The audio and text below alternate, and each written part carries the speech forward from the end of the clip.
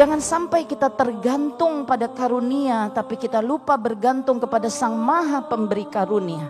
Hati-hati, jangan sampai kita mencinta pemberian Allah, tidak mencinta Sang Maha Pemberi. Jangan sampai kita mengasihi yang dititipi oleh Allah kepada kita, tapi kita lalai kepada Sang Maha Pemberi kasih sayang.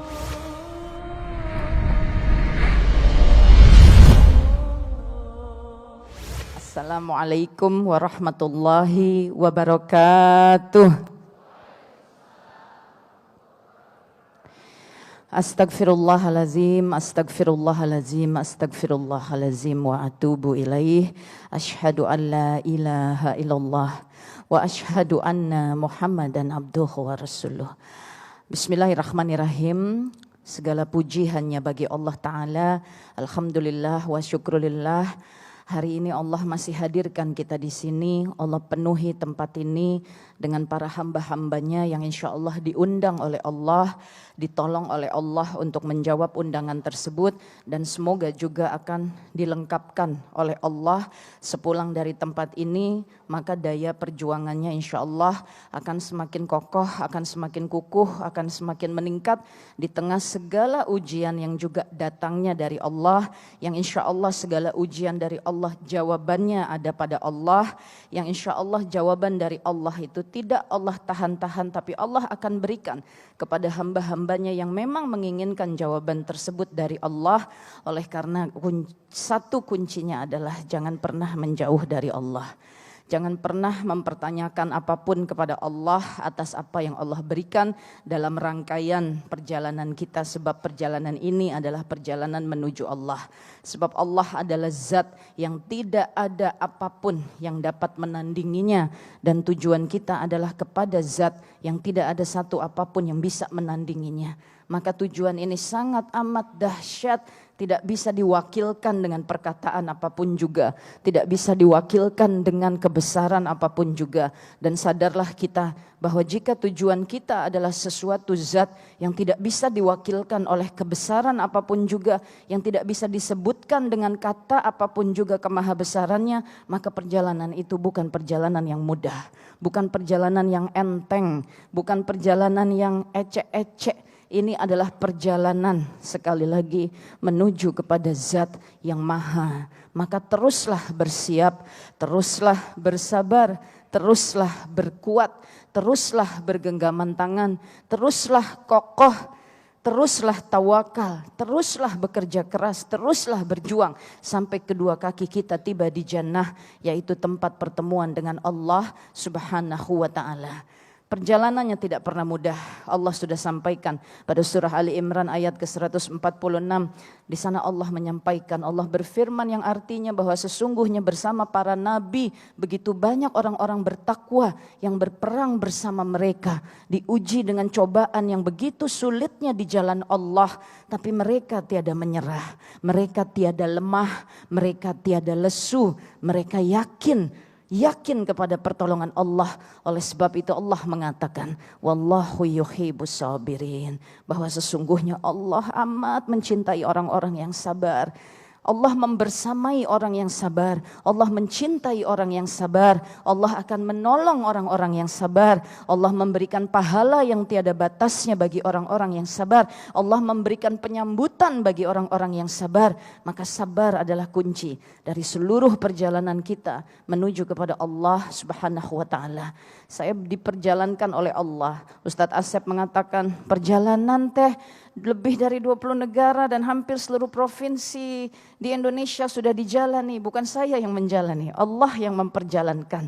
Tanpa Allah memperjalankan tidak ada sama sekali perjalanan. Sama seperti hidup kita. Tanpa Allah memperjalankan kita ke dunia, tidak akan tiba kita di dunia. Tanpa Allah memperjalankan dunia kita, tidak akan ada perjalanan apapun di dunia kita. Semuanya Allah, segalanya Allah. Kalau semuanya Allah dan segalanya Allah, jangan pernah berkata, menolak, memprotes, mempertanyakan apapun keadaannya dari Allah.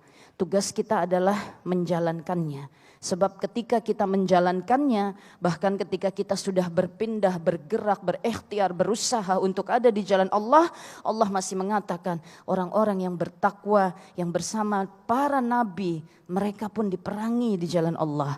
Mereka pun mendapat ujian-ujian berat di jalan Allah. Pada Baqarah 214 Allah mengatakan digoncang dengan malapetaka, diuji dengan berbagai macam cobaan, kesusahan, segala bentuk kesusahan. Allah menguji untuk melihat yang mana yang paling pantas untuk mencapai janahnya Allah. Sebab di sanalah tempat pertemuan dengan Allah, Zat yang maha, yang maha, yang maha. Maka sekali lagi perjalanan hidup hari ini, kita semua di dalam ruangan ini terjadi hanya atas kehendak Allah Ta'ala. Yang sedang menghadapi kesusahan-kesusahan hidup, itulah kehendak Allah atas diri anti, atas diri antum, itulah kehendak Allah. Maka jalanilah kehendak Allah itu dengan ridha. Jalanilah kehendak Allah itu dengan kesabaran. Jalanilah kehendak Allah itu dengan terus thalabul ilmi. Jalanilah kehendak Allah itu dengan terus bersikukuh untuk berada di jalan Allah. Siapa di ruangan ini yang sedang mendapat rejeki, keberkahan, kesenangan, ingatlah semua itu datangnya dari Allah. Maka yang datang dari Allah tidak boleh melalaikan kita dari Allah. Tidak boleh membuat kita lupa dengan Allah. Jangan sampai kita tergantung pada karunia, tapi kita lupa bergantung kepada Sang Maha Pemberi karunia. Hati-hati, jangan sampai kita mencinta pemberian Allah, tidak mencinta Sang Maha Pemberi. Jangan sampai kita mengasihi yang dititipi oleh Allah kepada kita, tapi kita lalai kepada Sang Maha Pemberi kasih sayang. Insya Allah seluruh keadaan hidup kita adalah apa yang diperjalankan oleh Allah Subhanahu wa Ta'ala.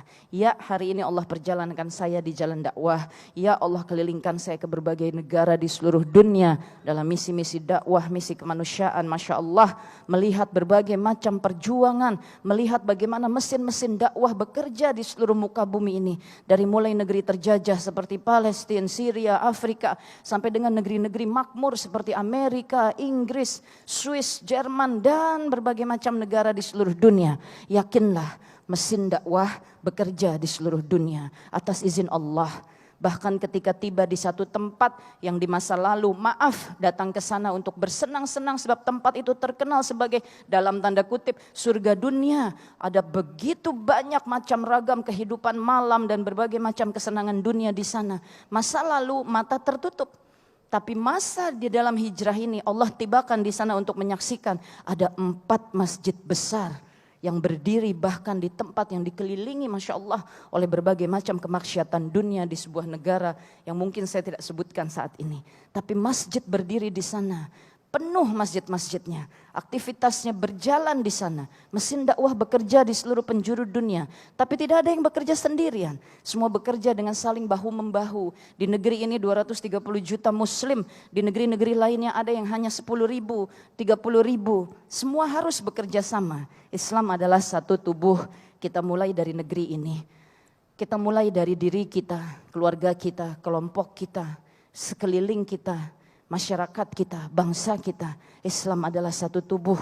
Disinilah tempat umat Nabi Muhammad SAW yang terbesar di dunia, negeri Indonesia.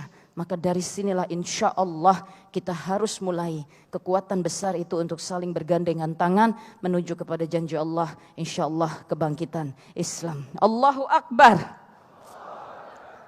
Baik, bismillahirrahmanirrahim. 5 menit. Minta izin kepada para guru-guru, saya ingin membacakan muhasabah yang saya tuliskan sebelum tadi saya diizinkan untuk berada di atas panggung ini dengan izin Allah. Bismillahirrahmanirrahim. Tentang diri ini. Wahai diri, siapakah engkau? Pernahkah engkau pertanyakan tentang siapa sesungguhnya dirimu? Dari mana engkau berasal? Kemana engkau akan menuju? Dan kenapa engkau ada di sini? Wahai diri, engkau yang setiap hari dipenuhi dengan kesibukan yang berpanjang-panjang, Engkau yang setiap waktumu dipenuhi dengan target-target yang meninggi dan meluas. Engkau yang setiap gerakmu dipenuhi dengan dorongan-dorongan terhadap pencapaian. Wahai diri, apakah seluruh harimu, sibukmu, waktumu, targetmu, gerakmu, pencapaian-pencapaian yang engkau kejar adalah karena engkau yang menginginkannya, atau sebab engkau berjuang menjalankan yang diinginkan atas dirimu? Wahai diri, tentang hari tidakkah engkau ingat? Bismillahirrahmanirrahim. Hal ataka hadisul ghasyiyah, wujuhu yawma izin khasyiyah, amilatun nasibah, tasla naran hamiyah, tusqa min ainin aniyah. Allah sudah mengatakan, sudah datangkah kepadamu berita tentang hari pembalasan? Banyak muka pada hari itu tertunduk hina, bekerja keras lagi kepayahan, memasuki api yang sangat panas, neraka, diberi minum dengan air dari sumber yang sangat panas. Astagfirullahaladzim. Wahai diri, tentang waktu tidakkah engkau ingat? Telah dikatakan kepadamu, demi masa sesungguhnya manusia itu benar-benar berada dalam kerugian, kecuali orang-orang yang beriman, mengerjakan amal soleh, nasihat menasehati supaya mentaati kebenaran, nasihat menasehati supaya menetapi kesabaran. Wahai diri, tentang seluruh gerakmu itu, tidakkah engkau ingat bahwa sudah ditentukan atas kejadian penciptaanmu bahwa wa ma khalaqtul jinna wal insa illa liya'budun, tidak aku ciptakan jin dan manusia melainkan supaya mereka mengabdi kepadaku. Wahai diriku, tidakkah engkau ingat atas seluruh sibukmu, target-targetmu, pencapaian-pencapaianmu, bahwa sesungguhnya juga telah dikatakan kepadamu, dzalikumullahu rabbukum la ilaha illa huwa khaliqu kulli syai'in fa'buduh wa huwa ala kulli syai'in wakil. Yang memiliki sifat-sifat yang demikian itulah Allah, Tuhan kamu. Tiada ada Tuhan selain Dia, pencipta segala sesuatu. Maka sembahlah Allah, Dia maha pemelihara segala sesuatu. Wahai diriku, sudah cukup, sudah. Usaikan sudah, usaikan pertempuran demi pertempuran yang engkau jalani demi hawa nafsumu, demi melambungkan dirimu di dunia, demi memuaskan rasamu. Sudah, usaikan saja. Engkau dijadikan ke muka bumi ini oleh Zat yang maha dahsyat. Iya, Dia Allah, Dia yang menciptakan segala keadaanmu dan seluruh keadaan tempatmu berada saat ini, yakni dunia. Dialah Allah yang tiada keperluan apapun kepadamu atau kepada apapun juga yang Dia ciptakan. Bahkan kenikmatan terpuncak yang ingin engkau capai, yaitu syurga, tiada bagi Allah kenikmatan itu menggoyangkan zatnya. Allah tak terjamah oleh nikmat apapun juga, sebab segala nikmat bahkan syurga adalah ciptaan Allah. Bahkan kecelakaan terpuncak yang engkau sungguh tidak sanggup menghadapinya, walau hanya sejenak, yaitu neraka, tiada bagi Allah kecelakaan itu mengguncang zatnya. Allah, Ia tak tersentuh oleh kejadian apapun juga, sebab segala kejadian terjadi atas perintah Allah. Wahai diri, masih belum jugakah engkau sadar engkau bukan apa-apa, engkau bukan siapa-siapa, Engkau bukanlah tentang apa yang kau inginkan, tapi apa yang Tuhanmu inginkan atas dirimu. Lakukanlah perintah Tuhanmu, wahai diri. Meluruhlah kepada Tuhanmu, wahai diri. Bersujudlah engkau kepada Tuhanmu, wahai diri.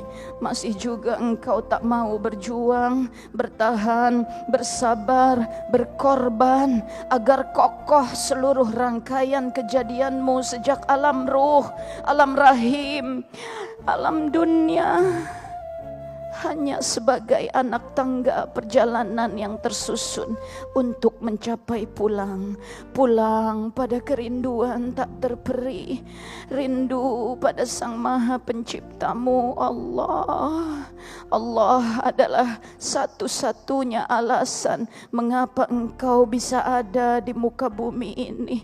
Wahai diri, pulanglah, pulang sejak sekarang, pulang sejak saat ini. Pulanglah kepada Rabbmu.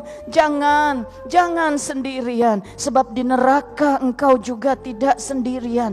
Dikumpulkan dengan ciptaan bernama setan, pun di surga engkau tidak sendirian. Dikumpulkan bersama para orang salih, orang-orang yang sabar, orang-orang yang syahid. Maka wahai diri, berjamaahlah sejak saat ini untuk senantiasa pulang kepada Rabbmu. Ya Rabbana, aku ingin pulang. Ya Rabbana, aku ingin pulang. Ya Rabbana, aku ingin pulang. Inna lillahi wa inna ilaihi raji'un. Wassalamualaikum warahmatullahi wabarakatuh.